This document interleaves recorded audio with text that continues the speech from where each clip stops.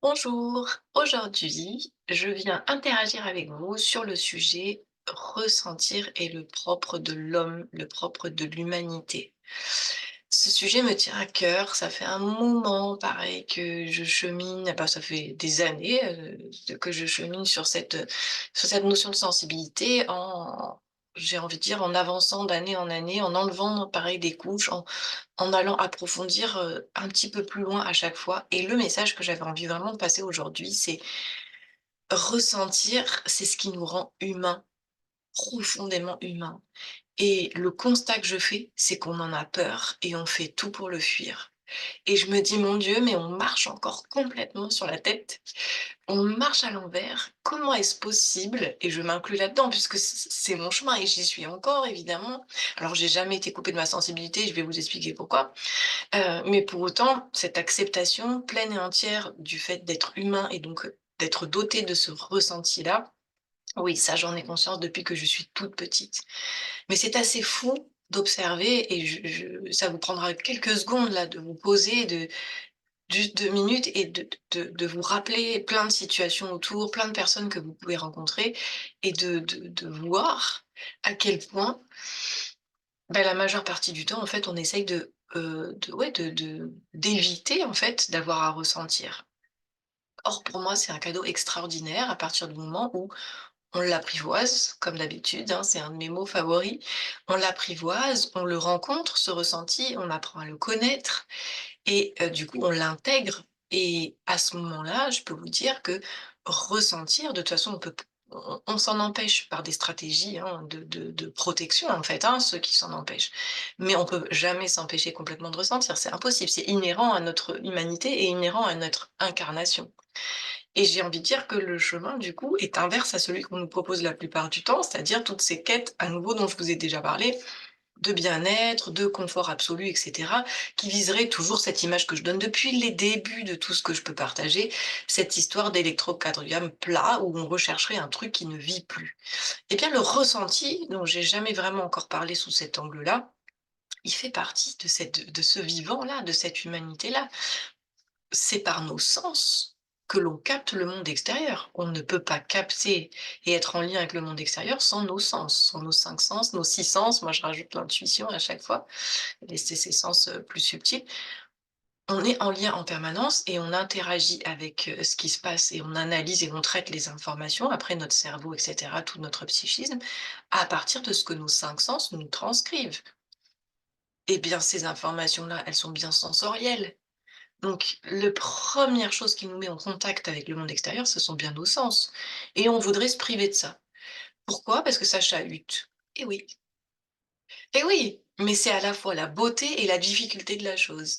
Être humain, c'est accepter d'être chahuté en permanence par tout ce qu'on va capter avec nos sens. Et en même temps, c'est extraordinaire, puisque du coup, dans cette sensibilité, je peux ressentir des choses extraordinaires grâce à ça. Toucher quelqu'un, ressentir des odeurs incroyables, goûter des saveurs magnifiques quand on se met à la cuisine, voir tout ce qui se passe autour de nous et cetera, être, pleinement présent à ces sens-là, à ces ressentir, ressentir à l'intérieur ce que ça va me faire, ce que ça va créer. Du coup, à quoi je vais être sensible, qu'est-ce qui va me toucher, qu'est-ce qui va m'émerveiller, qu'est-ce qui va me heurter. Ce sont des qualités intrinsèques à notre humanité. Et là où moi je veux attirer l'attention, c'est que à l'inverse, lorsqu'on cherche justement à, parfois sans le faire exprès, hein, à contrôler ça finalement, à annihiler notre ressenti, ben, ce qu'on est en train de faire, c'est d'œuvrer à devenir des psychotiques, hein.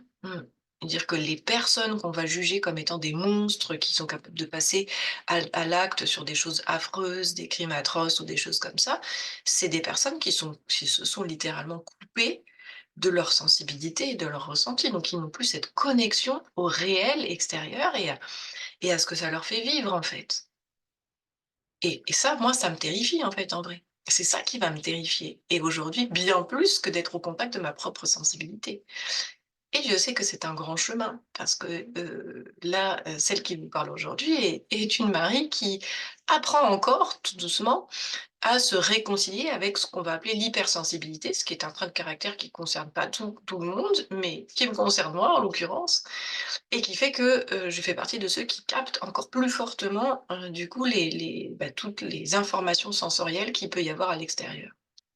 Donc je vous laisse imaginer que des raisons de me couper de ma sensibilité, j'en ai eu un milliard depuis que je suis toute petite. Tellement j'ai pu être submergée par énormément d'informations sensorielles que je ne savais pas gérer quand j'étais enfant. Et pour autant, c'est bien pour ça que je voulais vous en parler aujourd'hui. Et pour autant, eh bien, j'ai jamais fait le choix de me couper de ça. Alors bien sûr, comme beaucoup d'entre nous, j'ai eu des stratégies d'évitement pour moins ressentir, pour ci, pour ça, jusqu'à ce que je comprenne qu'en fait, mais certainement pas, que j'étais en train de faire la pire chose du monde, me couper de moi-même en fait.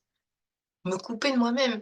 Et j'en parle aussi aujourd'hui parce que, à côté des accompagnements en cabinet et cetera que je fais et des stages, j'interviens aussi dans des familles en soutien, quand ils sont dans des passages difficiles ou et cetera, et je vois encore beaucoup dans nombre de familles, du coup, des difficultés avec cette sensibilité, notamment dans l'accompagnement des enfants, où le masculin est encore très, très, très, très fortement imprégné par pleurer, c'est de la sensiblerie, c'est pour les fillettes, et cetera. On doit s'endurcir, on doit être fort. Et je vois encore beaucoup de papas et d'hommes, du coup, qui sont encore complètement conditionnés par ça.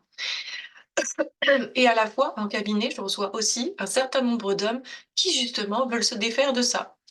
Donc c'est assez intéressant, je suis confrontée aux 2 côtés, aux 2 aspects, et moi je tire mon chapeau aux hommes. On parle beaucoup des femmes, du féminisme et cetera, mais je vous assure que, messieurs, je compatis énormément parce que je trouve que le masculin, c'est un énorme challenge justement que de faire tomber ses carapaces et que dans le monde actuel, d'oser justement montrer sa sensibilité, oser dire: «Ah bah oui, moi je ressens ça, de telle façon, de cette forme-là.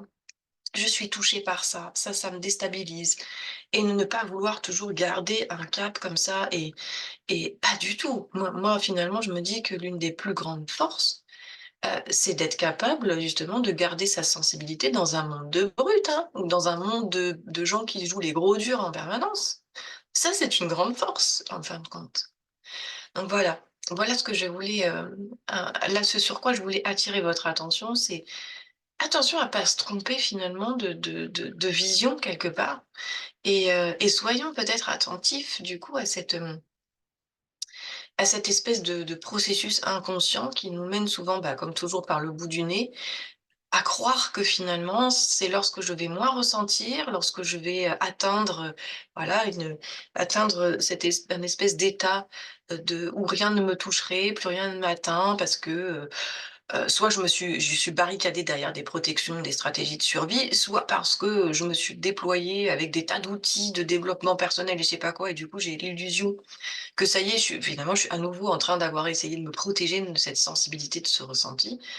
Dans les 2 cas, c'est la même chose, on est en train de se couper de soi, et vraiment, je voudrais témoigner de la beauté que c'est. Je dis pas que c'est facile, je suis pas en train de dire ça, je dis pas que c'est facile d'être en lien en permanence et d'accepter d'être des êtres sensibles sur cette terre.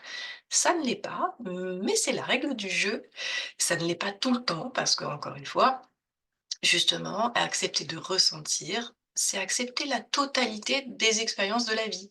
Encore une fois, c'est-à-dire accepter, les choses extraordinaires que j'ai pu citer tout à l'heure, c'est-à-dire ressentir l'amour pour quelqu'un, ressentir la joie dans une activité, dans un échange avec quelqu'un, enfin, peu importe, autant que de ressentir la peine,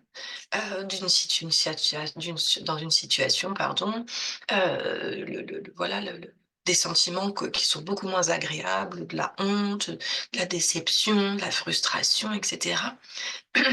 Mais c'est la richesse de l'humanité. C'est cette, plus j'avance en âge et sur ce chemin-là d'introspection, plus je découvre, finalement la beauté, ce qu'on appellera le divin ou tout ce que vous voulez, je le trouve dans cette vulnérabilité, dans cette plongée au cœur de ce qui nous rend humains, c'est-à-dire au cœur de cette sensibilité et de ces ressentis.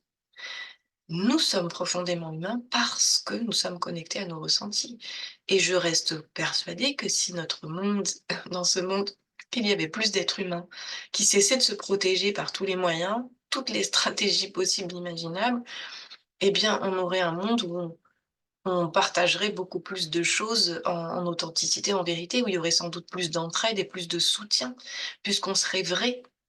Est-ce que quelque part, accepter cette sensibilité et tous les ressentis qui y sont associés, c'est accepter d'être vrai aussi, de se montrer. Et encore une fois, je suis consciente du challenge que j'ai.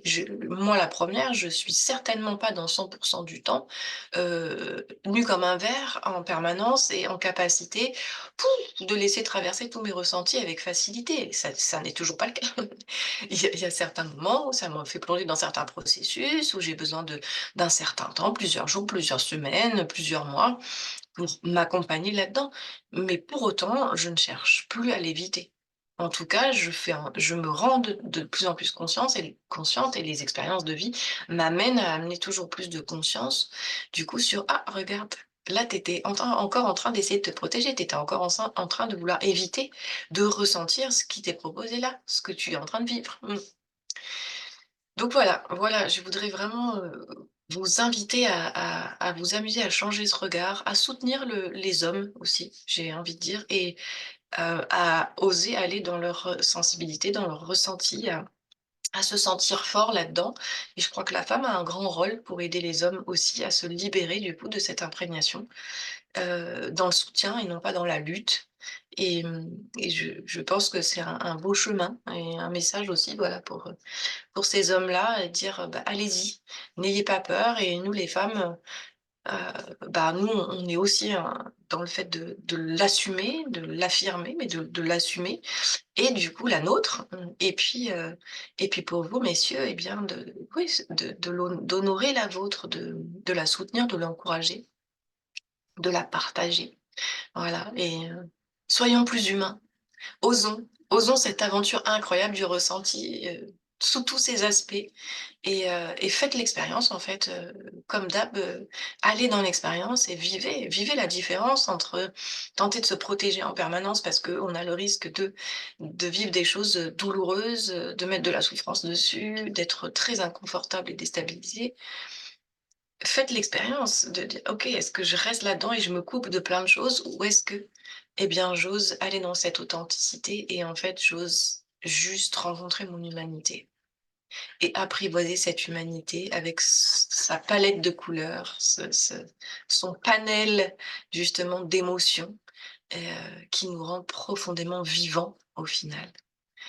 Voilà, je vais m'arrêter là pour aujourd'hui. J'espère que, cette vidéo, bah, aura du sens pour vous, ou qu'elle pourra vous encourager du coup à réveiller un peu cette planète de ces protections, à aider ce «monde» entre guillemets à baisser la garde et à baisser les armes et oui, peut-être que je terminerai quand même sur une chose, c'est que il est évident que là où il y a les plus grands espaces de protection, c'est que derrière, il y a des très grosses blessures ou des traumatismes et que de toute évidence, là, tout seul, on n'arrive pas forcément, du coup, à baisser cette garde-là, à déposer les armes et que, bah, là, ça vaut la peine d'aller se faire aider donc faites-le quand c'est comme ça pour vous retrouver vous, avant tout et justement pour retrouver de l'apaisement avec, vos ressentis, votre histoire et ça ne vous fera que grandir et c'est juste, magique de grandir dans notre humanité. Voilà, c'est juste ça dont je voulais témoigner. C'est un sacré chemin et en même temps un grand bonheur de grandir dans cette humanité-là, dans ce que l'on est ici sur cette terre. Je vous dis à très bientôt. Au revoir tout le monde.